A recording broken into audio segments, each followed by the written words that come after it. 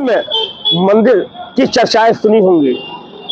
संभल के बाद इतिहास की नगरी कहे जाने वाले कन्नौज में भी मंदिर का मामला गरमाने लगा है। आज भाजपा सांसद सुब्रत पाठक ने सैकड़ों हिंदू समाज के लोगों के साथ कलेक्ट्रेट पहुंचकर जोरदार धरना प्रदर्शन करने के बाद डीएम को ज्ञापन सौंपा। पूर्व सांसद सुब्रत पाठक का आरोप था कि सपा नेता कैश खान ने सपा शासन काल में 200 वर्ष पुराने बाबा जागेश्वर नाथ महादेव मंदिर को तोड़कर उस पर कब्जा कर अपना मकान बनवाया। उनका यह भी आरोप था कि जो उसमें मूर्तियां रखी थी उन्हें एक कुएं में डाला गया है। डीएम से उन्होंने साफ कहा कि सपा नेता द्वारा किए गए कब्जे को तुरंत हटवाया जाए। अगर न हटवाया गया तो हिंदू समाज खुद इसका फैसला करेगा। देखिए कन्नौज से हमारे संवाददाता की ये रिपोर्ट। मंदिर के बगल में भी मंदिर था, यहाँ पर होली भी जल रही थी, फोटो भी है बाकायदा उसकी।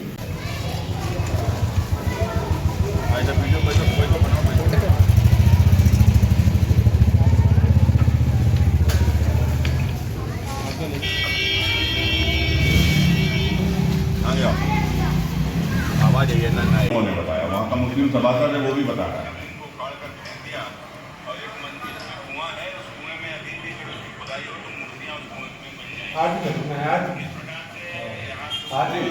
मंदिर था यहाँ पुराना, कब्जा कर लिया है, मुस्लिम बाहुल्य एरिया है।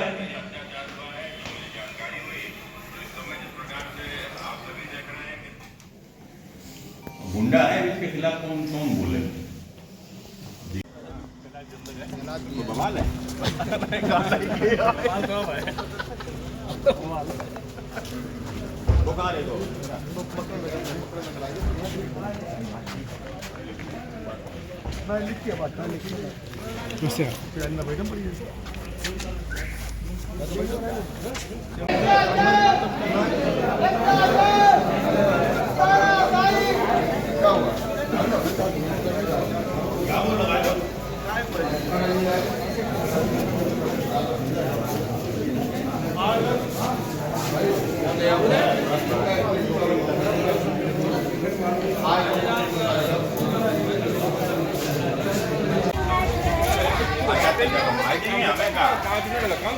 लोग हमारे सबसे पहले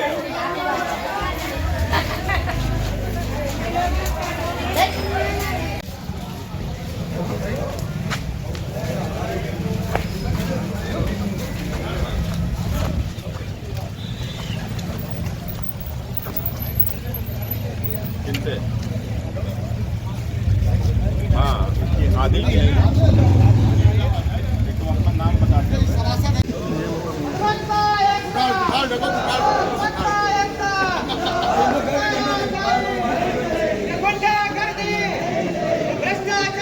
क्या कुछ मामला था, आप मंदिर कब्जे की बात बता रहे हैं? दरअसल जानकारी मिली थी मोहल्ला बालापीर में, और वहाँ के खासकर मुस्लिम लोगों के द्वारा ही मुझे जानकारी दी गई कि वहाँ के ऊपर एक कट्टरपंथी और समाजवादी पार्टी का नेता कैश खान ने वहाँ पर एक प्राचीन मंदिर को सपा कार्यकाल में जो है वहाँ पर कब्जा कर लिया है। वो मंदिर बहुत प्राचीन है, और जब हम लोग मौके पर गए तो उसके बाद समझ में भी आया कि वहाँ मंदिर था, और जैसा लोगों ने बताया कि उसमें शिवलिंग को इसने उखाड़ कर फेंक दिया, और साथ ही साथ जो मंदिर में अन्य जो मूर्तियां थी तो वहीं कुएं में दबा दी। तो वहाँ कुआं भी है, मंदिर भी था, और मूर्तियां उसमें डाल दी। तो इसका मतलब वहाँ तो कब्जा कैसे कर लिया? क्या वो जमीन उसके नाम पर है नहीं?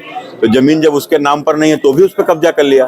तो आज हम लोग प्रशासन से मांगने आए थे, जब हम लोगों को जानकारी मिली तो हम लोग न्याय मांगने के लिए आए कि हमारे मंदिर को खाली कराया जाए, और प्रशासन अगर खाली कराने में सक्षम नहीं है तो मैं समझता हूँ फिर ये मामला हिंदू समाज अपने स्तर से देखेगा। सर, डीएम साहब से आपने मुलाकात की, क्या आश्वासन दिया डीएम ने?